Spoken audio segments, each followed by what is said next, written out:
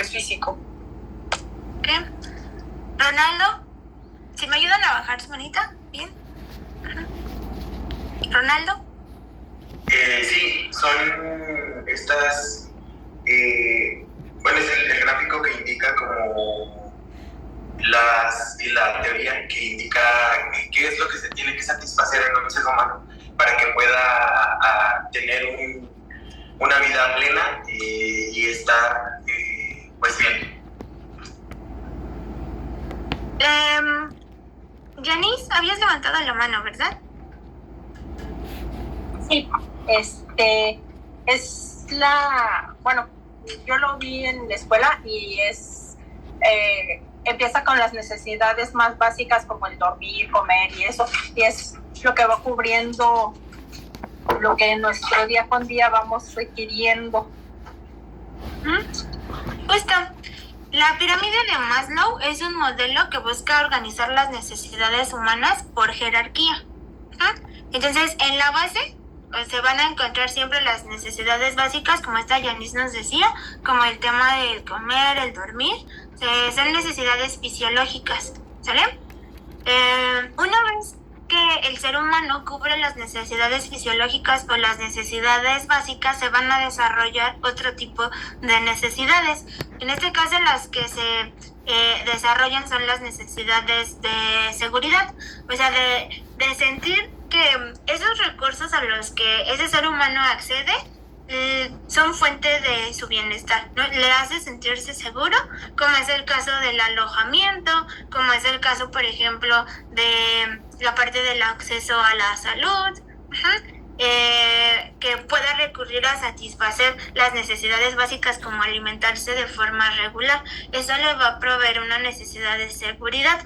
Una vez que la necesidad básica y la de seguridad está cubierta, se van a comenzar a presentar otras necesidades, y una de ellas es la necesidad social. Los seres humanos, aunque no nos guste reconocerlo, o muchos de los seres humanos que conozcamos sean apáticos, tenemos la necesidad de pertenecer a un grupo. En algunos lugares se llama como necesidad de afiliación.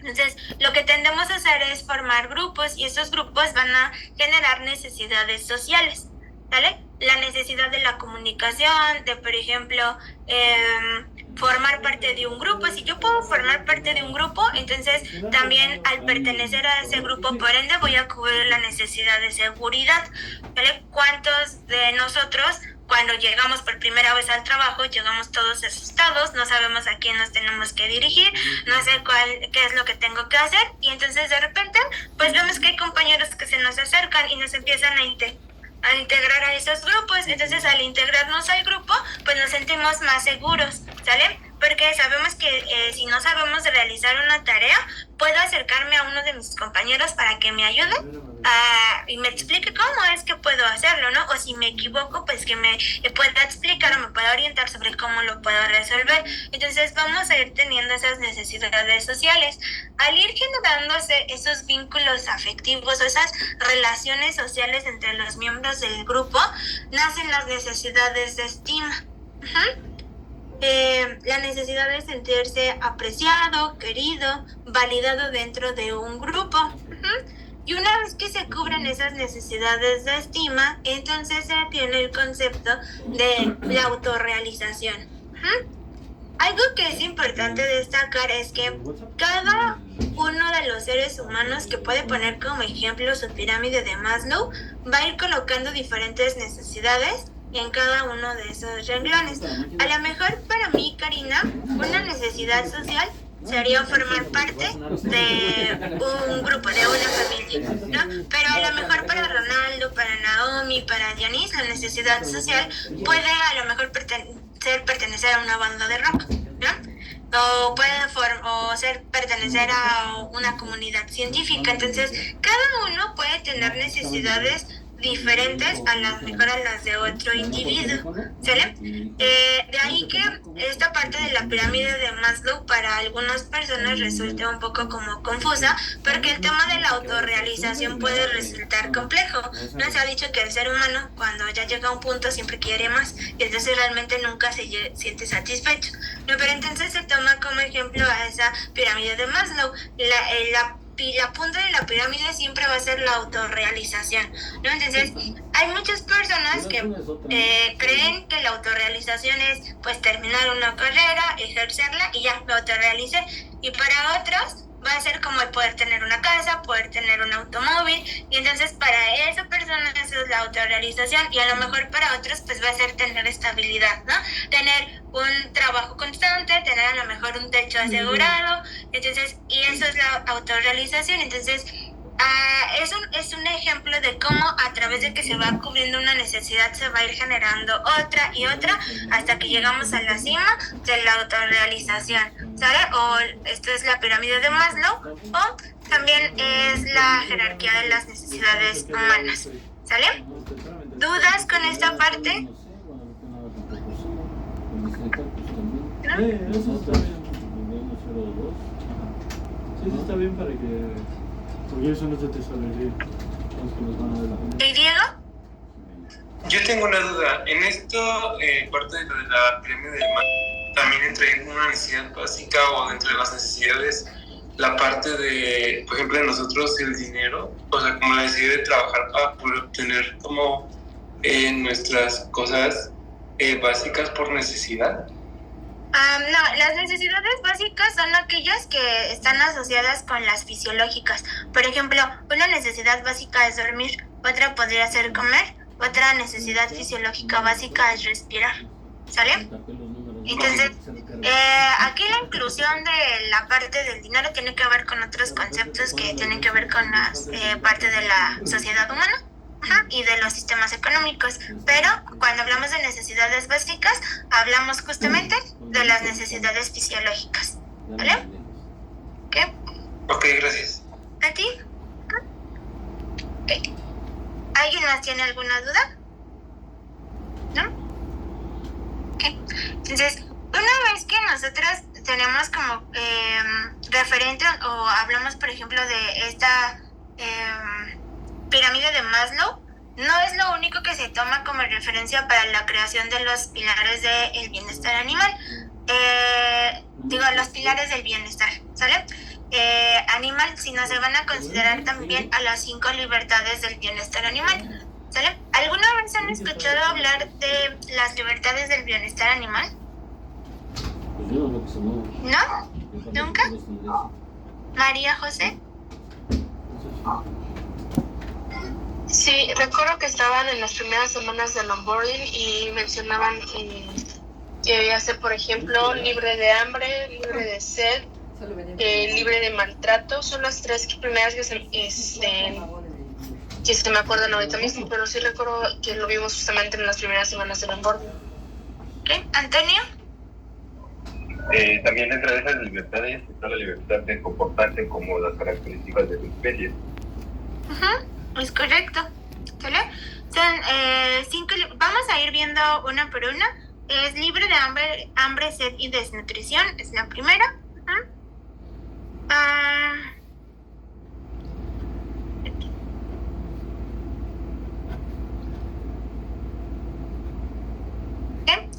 Libre de hambre, sed o desnutrición, libre de padecer incomodidad, libre de expresar el repertorio de conductas propias de su especie, libre de miedo y angustia, libre de dolor, lesiones, sufrimiento o enfermedad. Estas son las 5 libertades del bienestar animal que ustedes van a encontrar, por ejemplo, si las buscan en internet, pues les van a aparecer así. Pueden estar enunciadas de diferente forma o en diferente orden, ¿sale? Pero van a tener la característica de ser 5. Las vamos a ir viendo más a detalle, o las vamos a ir viendo una por una, pero pues aquí va a ser importante entender justamente el origen de ese bienestar animal.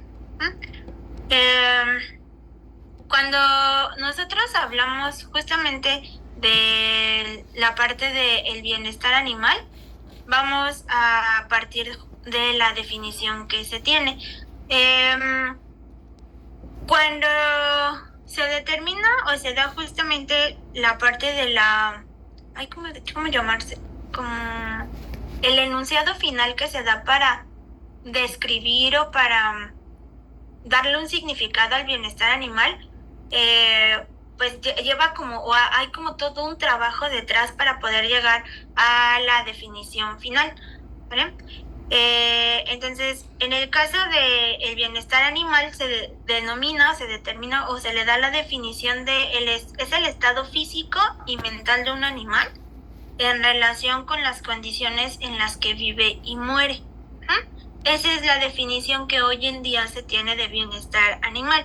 Es el estado físico y mental de un animal en relación a las condiciones en las que vive y muere.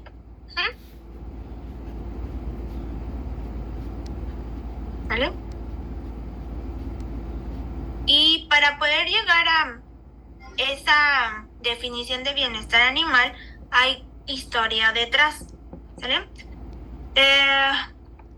¿Algunos de ustedes saben de dónde nace esta parte del bienestar animal? ¿O alguna vez han escuchado de dónde es que tiene origen? O sea, ¿cómo es que surge esta parte del bienestar animal? ¿No? ¿Nunca?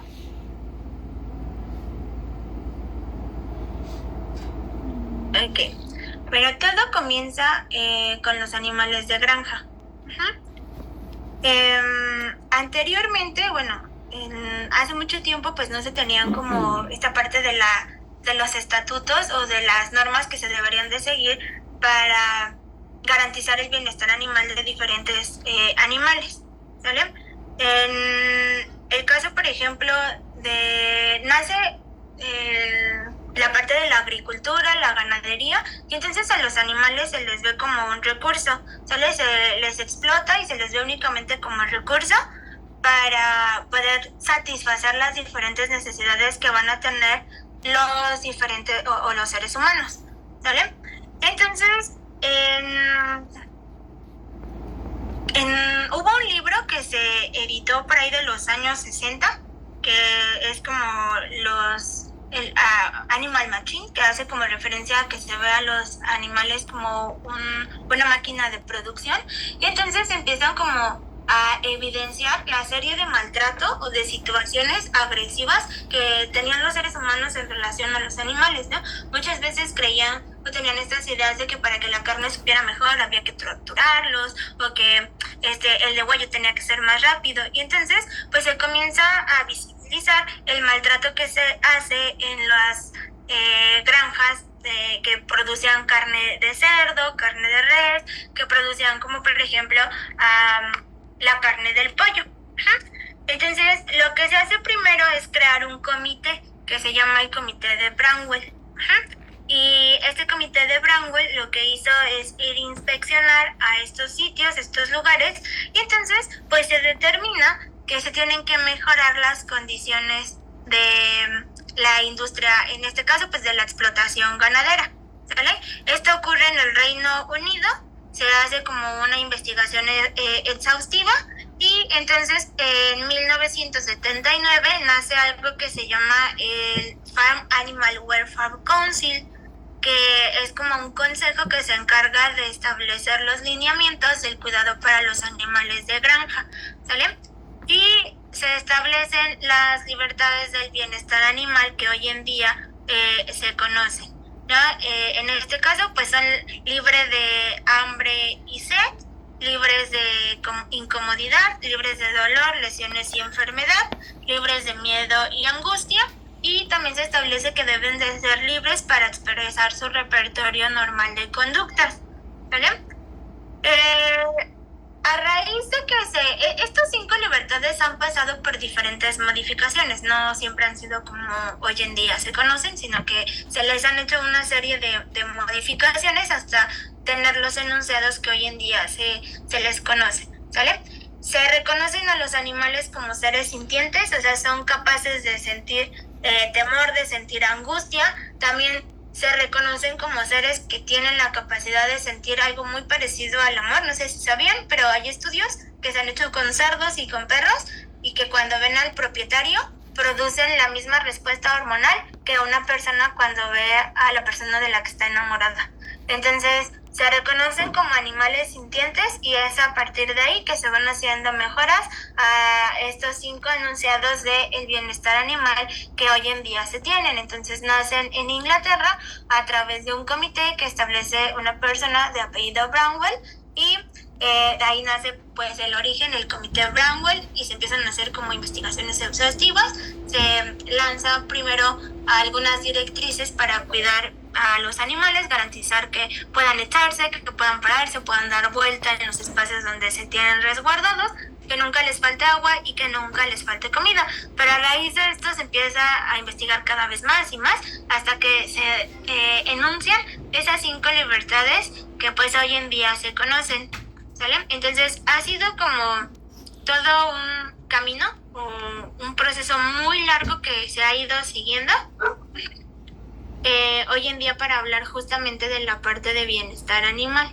Entonces, todas las personas o instituciones que trabajan con animales deben de tener claro el concepto del bienestar animal. Entonces, en 1964, después del escándalo del libro que les mencionaba, que se llama Animal Machines, que es donde se exponen todos los maltratos que se realizan o se ejercen en contra de los animales, es que se empieza como a tomar conciencia, ¿sale? Entonces ya se determina que los animales deben de ser considerados como seres sintientes y no solo como bienes materiales, a raíz justamente de Royal Brownell, que de ahí viene justamente los primeros enunciados del comité Brownell. Y ya de ahí pues ya comienza a perfilarse hacia las 5 libertades del bienestar animal, ¿sale? Entonces, de hecho, la Asociación Veterinaria, a la Asociación de Médicos Veterinarios, la Asociación Americana, de Médicos Veterinarios, pues trabaja muy de la mano con las 5 libertades del bienestar animal, ¿sale? Entonces busca que todas aquellas instituciones que trabajan con animales o que se dedican a la crianza o a brindar servicios dirigidos a animales, pues puedan cumplir o garantizar esas 5 libertades del bienestar animal, ¿sale?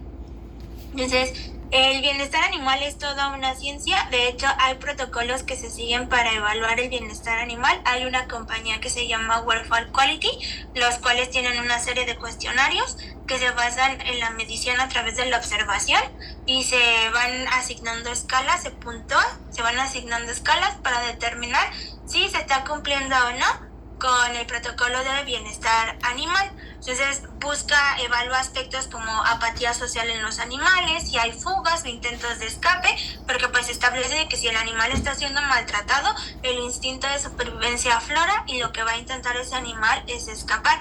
Apatía social, porque estar una gran cantidad de animales en un espacio muy reducido, pues va a conllevar a que existan conflictos y muchas veces los animales se aíslan, ¿vale? Vocalizaciones, o sea, qué tanto ruido emite una mascota cuando está estresada, entonces se hace el conto de vocalizaciones. Si sufren de mutilaciones, por ejemplo, los cerditos, cuando están estresados se pueden arrancar el rabo, se pueden morder las patas, ¿sale? En el caso de los perros, a lo mejor no hay mutilaciones como tal o tan gráficas, pero sí se ha determinado que se llegan a lastimar las patas o la cola, ¿no? Cuando llegan a estar muy estresados. O también si hay como agresiones luchas y agresiones entre los mismos miembros del grupo. Entonces todo eso se va evaluando. Entonces no es nada más como hay enunciados para que pues, los animales se vean gorditos y bonitos, ¿no? Sino que realmente se va haciendo como estudios y se van a ir mejorando, ¿sale? ¿Dudas con esta parte? ¿No? ¿Antonio? Nada más me puedes ayudar con la asociación que revisa esto, que hace este cuestionario, como de lo último que acabas de mencionar. ¿Cuál es la asociación?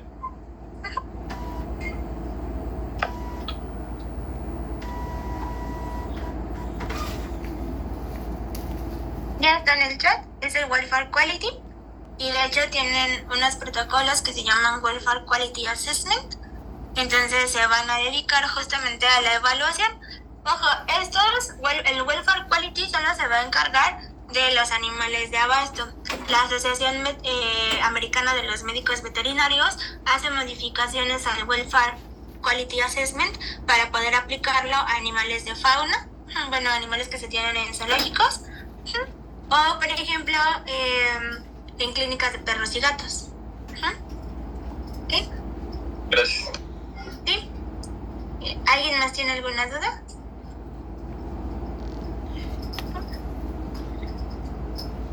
Ok, entonces vamos a empezar a hablar de las 5 libertades. La primera libertad, ¿se acuerdan cuál era? ¿Janely? Sí, es la de libre de hambre, sed y desnutrición. Libre de hambre, sed y de desnutrición.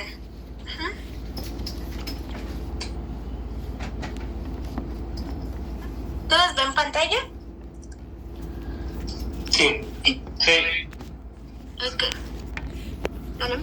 La primera libertad, libre de hambre, sed y desnutrición, indica que debe de haber acceso rápido y fácil al alimento y al agua fresca, ¿vale? Y que la dieta que se vaya a ofrecer a las especies animales cubra con sus requerimientos nutricionales, o sea, que esos requerimientos nutricionales sean sean propios o estén adecuados a la especie a la que se va a alimentar, ¿sale? Aquí también se va a contemplar el espacio de alimentación, es decir, que se asigne un espacio específico para alimentar y que esté diferenciado de las zonas de descanso.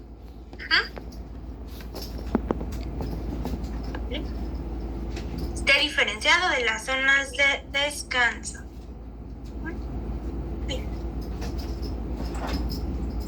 Aquí está.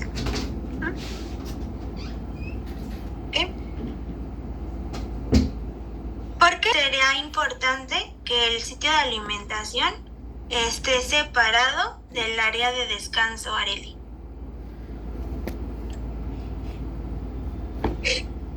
Porque, bueno, no sería conveniente que estuviera la comida luego ahí al lado de él, ya que no podría descansar bien. Porque mi ansiedad Podría no descansar bien. ¿Y eso a qué se debe o por qué?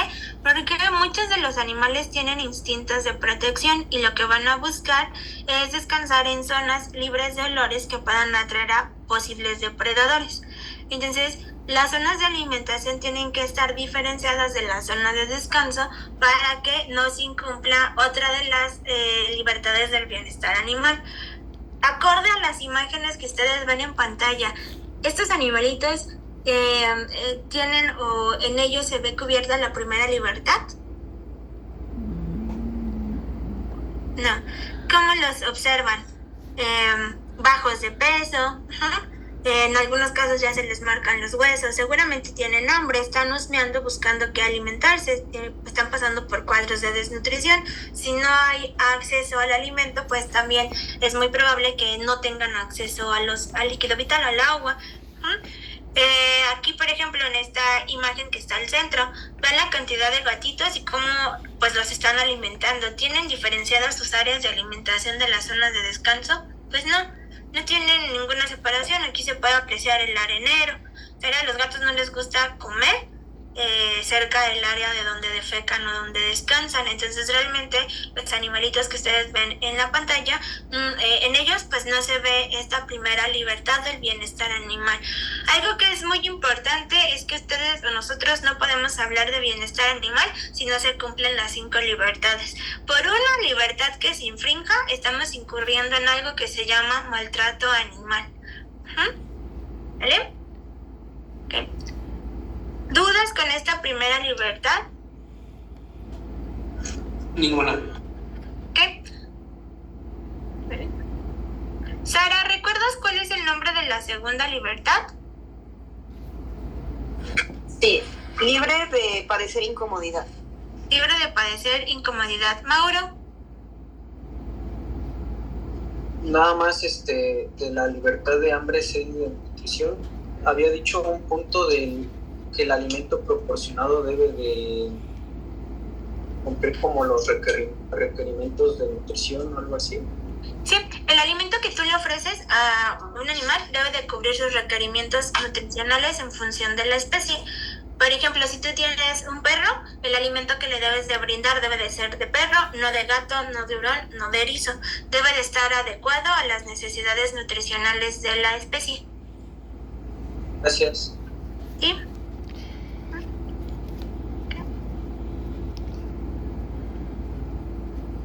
Libre de padecer incomodidad. Esta segunda libertad hace mención de que los espacios que se les brinden a los animales deben de ser espacios adecuados, que estén libres de incomodidad tanto física como ambiental. Aquí abarcaría o se implicaría el tema de los lugares en donde se suelen refugiar estos animales, ya sea que el refugio o el espacio donde se refugien pueda proveerles de sitios para descansar, que sean cómodos y que además sean confortables. Cuando se habla de confortable, quiere decir que permita que el descanso de la mascota sea óptimo. Acorde a esta libertad, ¿las imágenes que ustedes ven en pantalla cumplen con esa libertad? No, a lo mejor son ejemplos muy gráficos o muy evidentes, pero a lo mejor hay ejemplos que parecerían ser más útiles o podrían llegar a ser más útiles y de hecho hasta pasarían desapercibidos. Pero si yo tengo, por ejemplo, un loro, voy a proveerle un espacio donde el loro pueda pues extender las alas, pueda realizar vuelo, pueda descansar de forma cómoda sin que esté en un lugar pequeño donde pues no pueda ni estirar las alas. Entonces hay personas que consideran tenerlo en una jaula donde apenas si puede como extender las alas, es perfecto, pero la realidad es que si no pueden en este caso pues dar como estos espacios para que ellos puedan desplazarse cómodamente, pues entonces también se está infringiendo la parte de la segunda libertad, que es libre de padecer incomodidad. Todos los espacios que se les deben de brindar a las mascotas deben de estar adecuados a la especie para que puedan proveerles esos sitios adecuados para refugiarse y para descansar. ¿Vale? Salvador, ¿recuerdas cuál es la tercera libertad? Sí, me parece que era la libertad de sentir lesiones. La libertad de sentir lesiones, no. La tercera libertad, María José.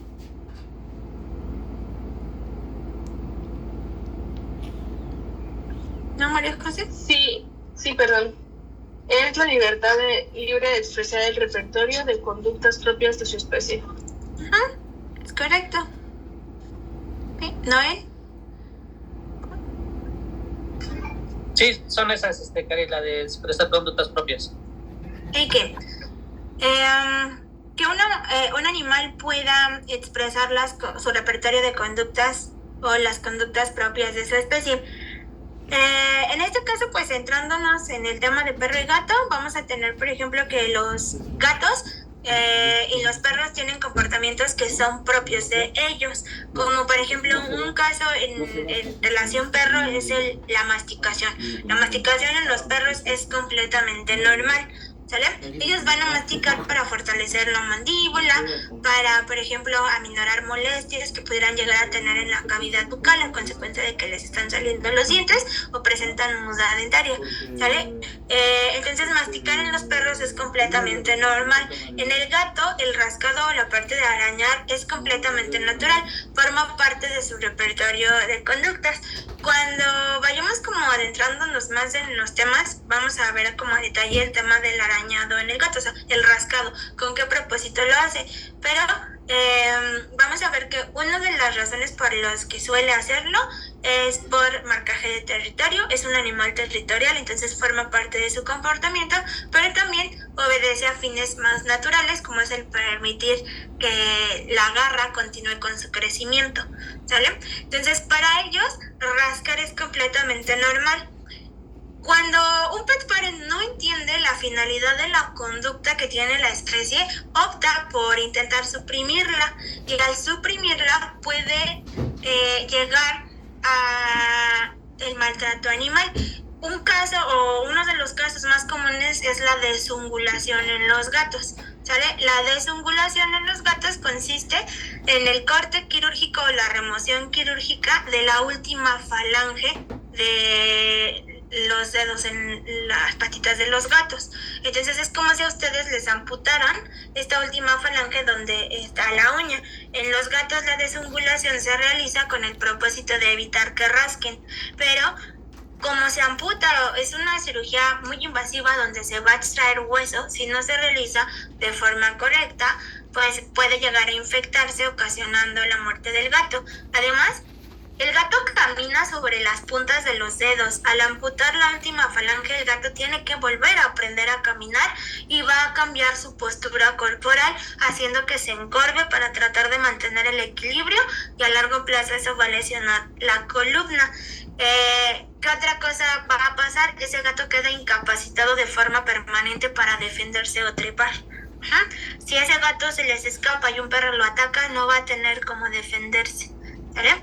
Y por la Asociación Mundial de Veterinarios de Pequeñas Especies, la desungulación está considerada como maltrato animal, justamente porque evita que el gato exprese la conducta propia que tiene como especie, y esa cirugía o esa mala práctica hace que se modifiquen otras conductas que ellos tienen y que son propias de ellos, como saltar, como el comunicarse a través de las feromonas interdigitales con otros gatos, ¿sale? Entonces, por eso es considerada maltrato animal. Lo mismo que si a un perro que tiene la tendencia a ladrar porque fue creado, la raza fue desarrollada para indicar dónde había una posible presa, y la gente no investiga y adquiere un perro que tiene esa capacidad vocal, como es el caso de los beagle, y optan por la cirugía donde pues cortan las cuerdas vocales, también sería un ejemplo de maltrato animal, porque están impidiendo el comportamiento propio que van a tener como especie, ¿sale? ¿Dudas con esta parte? ¿No? Ok.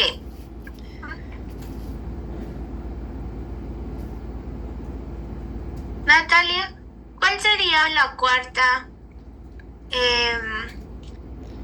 libertad del bienestar animal? La de libre de miedo y angustia. Libre de miedo y angustia. Aquí le tiene, libre de miedo y angustia.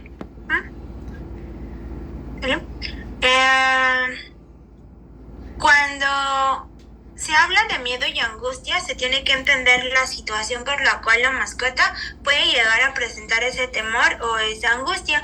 Muchas veces es porque no hay procesos adecuados de socialización.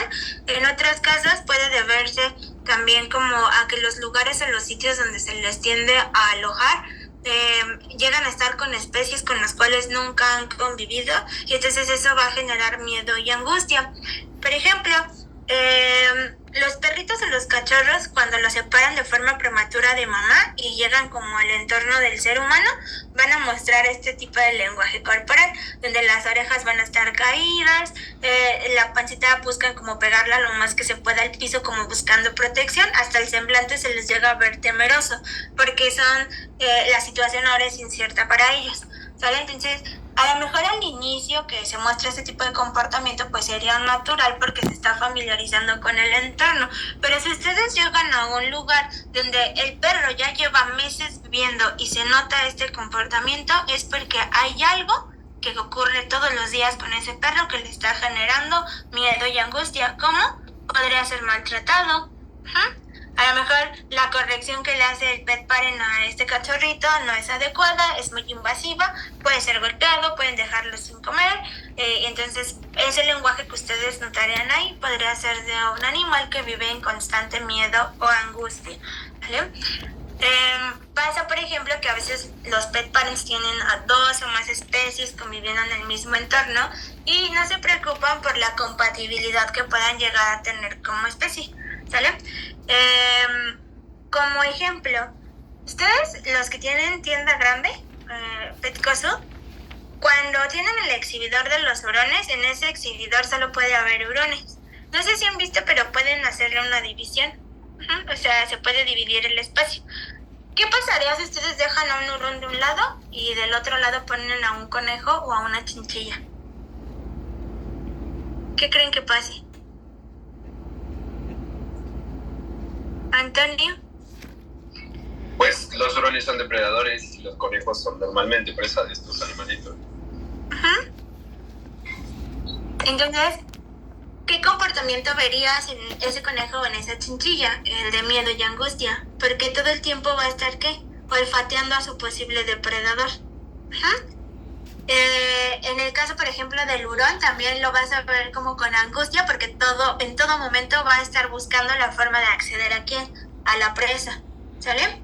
Entonces, lo que se busca muchas veces con el cumplir esta libertad es poder asegurarnos de que los resguardos, los espacios, los lugares en los cuales se van a tener a las diferentes especies van a permitirles sentirse tranquilos, sentirse protegidos, sin que se desencadene esta respuesta de angustia y miedo. ¿Dudas con esta libertad? ¿Yamilet? Tengo una duda. ¿En este apartado puede entrar lo que es agresividad o estrés? ¿Agresividad o estrés? O sea, que haya una conducta agresiva de la especie por miedo. Exactamente, o angustia. En todo caso de que el pet partner no tenga como una buena corrección con ya sea el perrito o el gatito, y al momento de recibir visitas tenga como una reacción como agresiva al momento de entrar o presentarle a otra nueva. Ok, bueno, primero, el tema que estamos viendo ahorita son las libertades del bienestar animal, es lo que enuncia, ¿sale? En referencia a los ejemplos o el comportamiento que se puede mostrar. Si tú, la pregunta va en torno a que cuando tú llegas de visita el perro se pueda mostrar agresivo, pero por miedo, no, o sea, sí puede llegar a pasar, pero no es algo que se enuncie dentro de esta libertad, ¿sale? Entonces sí puede llegar a ver la parte de que por miedo una mascota pueda llegar a ser agresiva, sí, puede darse ese comportamiento, pero no va a estar enunciado o no sé, en este caso en relación a las libertades del bienestar animal se hace referencia únicamente al miedo y a la angustia que pueden ser ocasionadas por quien está bajo o quien está al cuidado de esa mascota, ¿vale? María José. Sí, podría ser por reactividad, o sea, que algún perrito, o una más que sean perros, por alguna angustia, por algún miedo, el perrito se vuelve reactivo. A ver, vamos a otra vez hacer un paréntesis. Estamos hablando de las libertades del bienestar animal, no de las posibles causas por las cuales se pueda detonar el miedo. Cuando nosotros hablamos, por ejemplo, de productos para la ansiedad, para el control de la ansiedad o el estrés, vamos a poder hablar con más detalle de la parte a lo mejor de por qué puede un perro reaccionar con miedo y a lo mejor llegar a la parte de la agresión. Pero ahorita el tema de si es reactivo o si porque lo están corrigiendo mal el perro se vuelve agresivo, eso no está ligado con la parte de las libertades, ¿sale? Más adelante vamos a tocar algunos puntos referentes, pero no se vayan a salir del tema, ¿sale? Ok, entonces la quinta libertad es libre de dolor, lesiones, sufrimiento o enfermedad.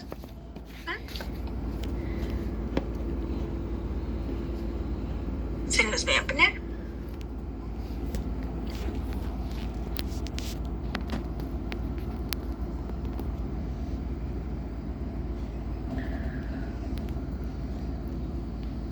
Aquí está. Libre de dolor, lesiones, sufrimiento o enfermedad. Esta libertad va a hacer mención en referencia sobre lo importante que es la atención médica oportuna. Los diagnósticos, el tratamiento apropiado con el propósito siempre de aliviar el dolor, la molestia o curar la enfermedad que la mascota o el animal pudiera llegar a tener. La medicina puede ser desde preventiva hasta la parte de tratamiento curativa. Entonces, también hablar de medicina preventiva entraría como la parte de libre de dolor, lesiones, sufrimiento o enfermedad. Por ejemplo, atención como la parte de la aplicación del calendario de vacunación. El aplicar las vacunas correspondientes a la edad nos va a ayudar a evitar que ese perro o ese gato en un futuro, ya sea lejano o cercano, pueda desarrollar o pueda presentar algunas de las enfermedades que bien se pueden prevenir con ayuda de la vacunación. Entonces, la medicina preventiva es importante también para este pilar, ¿sale? El poder brindar atención médica oportuna en caso de requerirlo, no ya cuando vean que el perro o el gato están llegando como a su último suspiro, el tratar de salvarlos, ¿no? Sino desde que notan que hay algo que no está bien con esa mascota, ¿sale? ¿Dudas con este pilar? ¿No?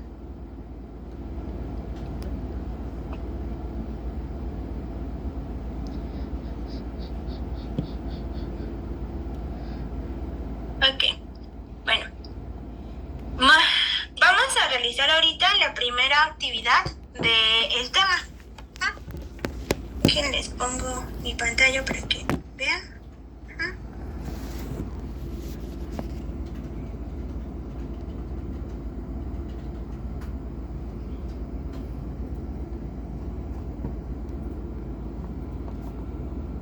¿Todos ven pantalla? Ok, bueno, yo les voy a compartir a través del chat de WhatsApp y del chat de la sesión de Zoom un link en el cual ustedes van a poder entrar a una página que se llama web. Vamos a realizar una serie de actividades, ¿sale? Van a estar trabajando con ella a lo largo de toda su capacitación, ¿sí? Aquí lo que va a salir son cuestionarios donde les van a hacer preguntas. Entonces, cuando ustedes ingresan van a colocar su nombre y apellido, por favor, y va a haber preguntas. Por ejemplo, esta dice: describe las expectativas de la sociedad en cuanto a las condiciones a las que están sometidos los animales cuando están bajo el control, manejo y cuidado del hombre. Entonces viene una serie de respuestas: pilares del bienestar, misión, compromiso aspecto o libertades del bienestar animal. Entonces lo que voy a hacer es seleccionar la respuesta. Si es mala, pues me va a aparecer con un tachecito. Si es correcta, pues me va a aparecer entonces con una paloma, ¿sale? Entonces esto es lo que voy a hacer. ¿Tienen dudas con ella? ¿Puedes poner la pantalla? Porfa. Listo.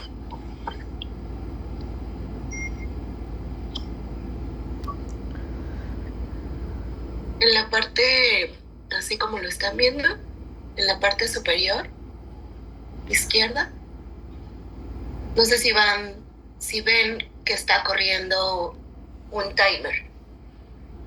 Dice 3:41, 3:40, 3:39, 3:38. Eso es porque a cada actividad que ustedes vayan a realizar se les va a asignar un tiempo en específico para poder realizarla, ¿vale? Contemplen y consideren ese factor, porque si no se percatan de cuánto tiempo tienen y el timer va avanzando, entonces, ¿qué es lo que podría llegar a suceder? El tiempo se va a acabar y no van a terminar su actividad. El tiempo que se asigna a las actividades no excede en muchos de los casos los 5 o 6 minutos. Si ustedes terminan antes, está fabuloso, está muy bien, pero necesitamos esperar a que todos hayan finalizado la evaluación para poder hacer la revisión de las preguntas que llegan a tener más errores, ¿vale? Puedes seleccionar en la pregunta una respuesta. Una vez que la seleccionan, les aparece si está bien o mal, pero en la parte de hasta abajo, no sé si observan que dice 3 de 11. Esa es la pregunta en la que van y viene justo el total de las preguntas. Es decir, Este cuestionario está conformado por 11 preguntas. A veces,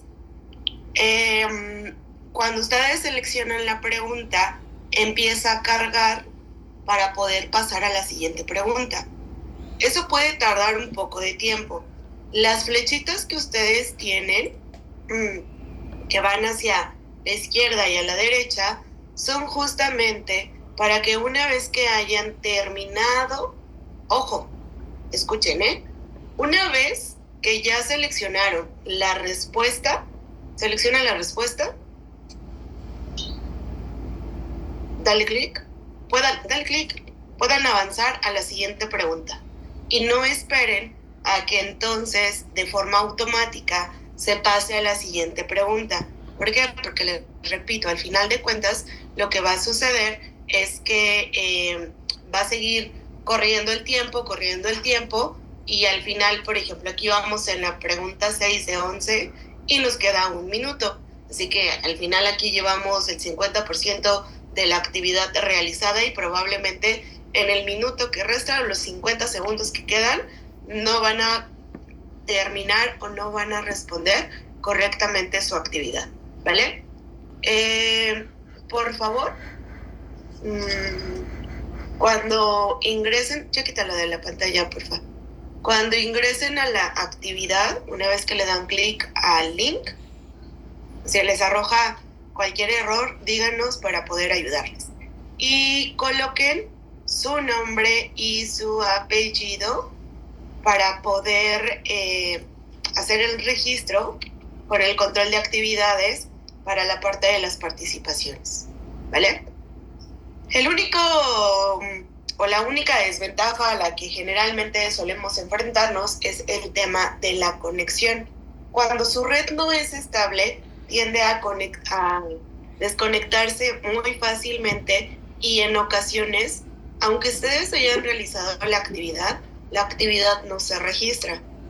¿Qué pasa si al final no hay un registro en este caso, del resultado correspondiente a su actividad a cada uno de ellos? Bueno, no lo llenamos, se queda en blanco, pero si al final fue un error de conexión, porque pues al final sí están presentes aquí en la sesión, lo que hacemos es poner una notita. Traten de acercarse justo pues a la zona de su tienda donde tengan una mejor señal, una mejor red, para que no les pasen estas situaciones, ¿vale? Ahora sí creo que ya. Ayúdame a apagar los micrófonos que están abiertos.